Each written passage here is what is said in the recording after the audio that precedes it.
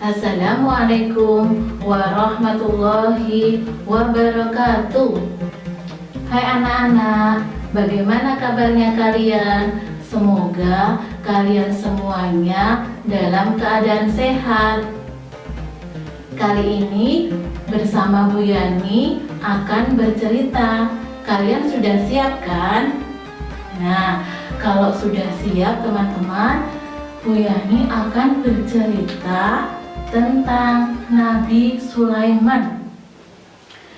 Nabi Sulaiman adalah putra dari Nabi Daud. Beliau mewarisi kerajaan ayahnya.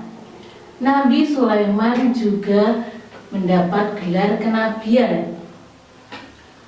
Teman-teman, Nabi Sulaiman diberi mukjizat oleh Allah, yaitu bisa bicara dengan kalangan jin, manusia, dan bangsa burung. Pada suatu hari, Nabi Sulaiman dan tentara mengadakan suatu perjalanan. Tibalah di sebuah lembah yang di sana banyak semutnya. Namun mereka tidak menyadari kecuali Nabi Sulaiman. Sehingga Nabi Sulaiman berhenti sejenak ketika mendengarkan Ratu Semut berkata kepada rombongannya, "Wahai semut, cepatlah masuk, supaya kamu tidak terhijab oleh Raja Sulaiman. Ayo cepat masuk." "Baiklah Ratu." Akhirnya Raja Sulaiman mendengar percakapannya semut dengan rombongannya, tersenyum dan menunggu mereka berbondong-bondong masuk ke sarangnya. Nah teman-teman, sebelum Nabi Sulaiman melanjutkan perjalanannya, maka oleh Raja Sulaiman diperiksa semua tentaranya. Satu persatu dilihatnya tentaranya. Tibalah di bangsa burung. Raja Sulaiman merasa ada yang hilang karena di situ tidak ada burung hudhud. Maka Raja Sulaiman bertanya, "Oh, kemana ini burung hudhud? Apakah mereka tidak mengikuti perjalanan kali ini?" Kemudian dari salah satu mereka berkata, "Tadi aku lihat, Tuan, tadi burung hudhud ikut bersama kami. Namun sampai ke hari ini mereka menghilang." Kemana ya burung hudhud? Awas, nanti kalau kembali akan aku hukum. Begitu kata Raja Sulaiman. Nah anak-anak, untung tak lama dari itu burung hudhud datang. Kemudian Raja Sulaiman bertanya, "Dari mana saja kau burung hudhud?" Tanya Raja Sulaiman. Kemudian burung hudhud berkata, "Maafkan saya ya Raja Sulaiman, saya pergi tanpa izin." "Wahai Raja Sulaiman, sebelum engkau menghukumku, sudilah engkau mendengarkan kabar yang aku bawa. Mungkin selama ini engkau belum pernah mengetahuinya." "Apa itu ya hudhud?" "Jadi di dalam perjalanan hamba tertinggal oleh rombongan, sehingga hamba berputar-putar sampai hamba terdampar di negeri Saba. Dan hamba melihat di negeri Saba dipimpin oleh seorang perempuan. Namun ratu dan rakyatnya menyembah matahari, bukan menyembah Allah." "Hai hudhud, apakah apa yang kamu katakan itu benar? Bukannya engkau hanya ingin menghindar supaya aku tidak menghukum, bukan?" "Tidak wahai Raja, hamba tidak bohong. Mana mungkin hamba berani berbohong padamu." Nah anak-anak, setelah Nabi Sulaiman mendengar kabar dari burung hudhud, Nabi Sulaiman berpikir, apa yang harus diperbuat ya Akhirnya Nabi Sulaiman menulis surat yang akan ditujukan kepada Ratu Balqis. Dan Raja Sulaiman pun berkata kepada burung hudhud, "Wahai hudhud, aku ingin engkau melakukan satu hal. Pergilah ke negeri Saba dan jatuhkan surat ini tepat di hadapan singgasana Ratu Saba. Kemudian sembunyilah engkau supaya Ratu Saba tidak mengetahui dan engkau dapat mengintainya." Kemudian hudhud pun terbang menuju negeri Saba. Sampailah ke negeri Saba, hudhud pun langsung masuk ke istana. Sampainya di istana, burung hudhud kemudian menuju ke singgasana Ratu Saba. Kemudian burung hudhud menjatuhkan surat tepat di hadapan Ratu Saba. Ratu Saba pun kaget loh anak-anak. Ada surat. Dari siapa ini? Kemudian Ratu Saba melihat ke kanan ke kiri. Dilihatnya burung hudhud memberi hormat kepada Ratu Saba. Ratu Saba pun tercengang, heran, dan kagum karena melihat burung hudhud yang sangat sopan. Kemudian Ratu Saba penasaran dengan surat itu. Dari siapa ini? Sebelum pergi, burung hudhud memberi hormat kepada Ratu Balqis. Ratu Balqis sampai tercengang, heran karena melihat burung hudhud yang sangat sopan sekali. Kemudian karena rasa penasarannya, Ratu Balqis pun segera cepat-cepat membuka suratnya. Isinya apa ya?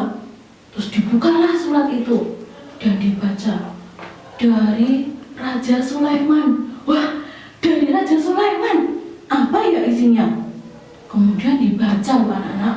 Suratnya itu isinya begini. Dengarkan ya.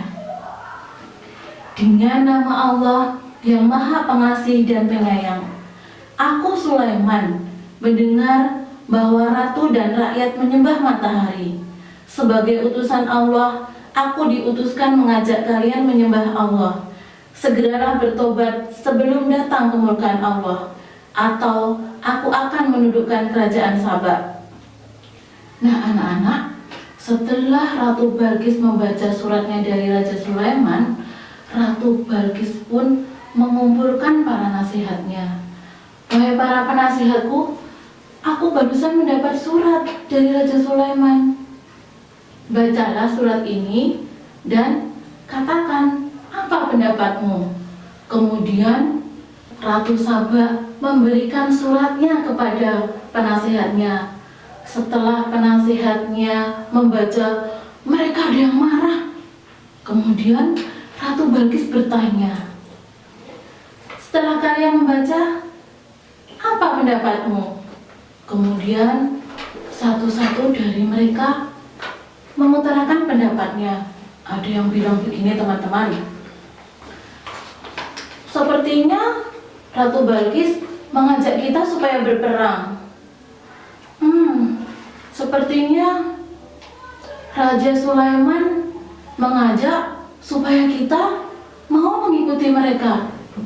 Kalau yang pernah hamba dengar, beliau adalah raja dari segala raja, karena semua jin, manusia, burung tunduk dan patuh kepadanya. Ratu Balqis pun berpikir, apa ya yang harus aku lakukan? Karena Raja Sulaiman itu bukan sembarangan orang. Jadi apa ya? Aku punya ide. Akan aku beri hadiah yang banyak dan mewah. Aku akan utus pengawalku untuk memberikan hadiah kepada Raja Sulaiman. Siapa tahu dengan aku berikan hadiah yang mewah dan banyak, pikiran Raja Sulaiman bisa berubah. Keesokan harinya, utusan Ratu Balkis menuju ke Palestina dengan membawa hadiah yang banyak dan megah.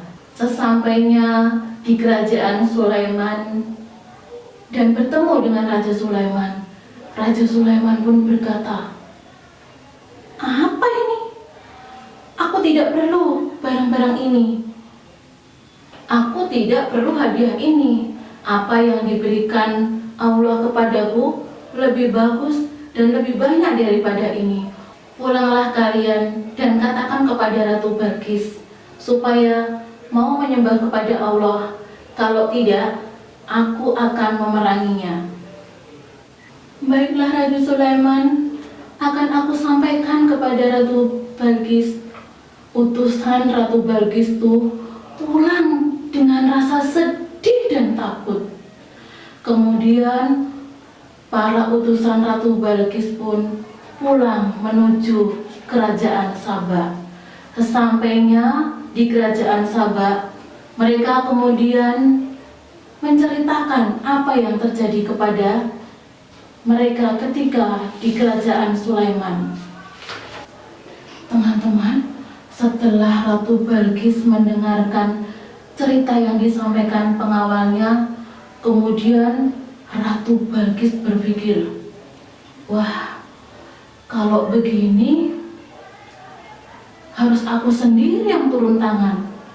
Kalau misalnya aku berperang, pasti aku kalah. Baiklah, aku akan turun sendiri. Wahai penasehat, siapkan pengawal.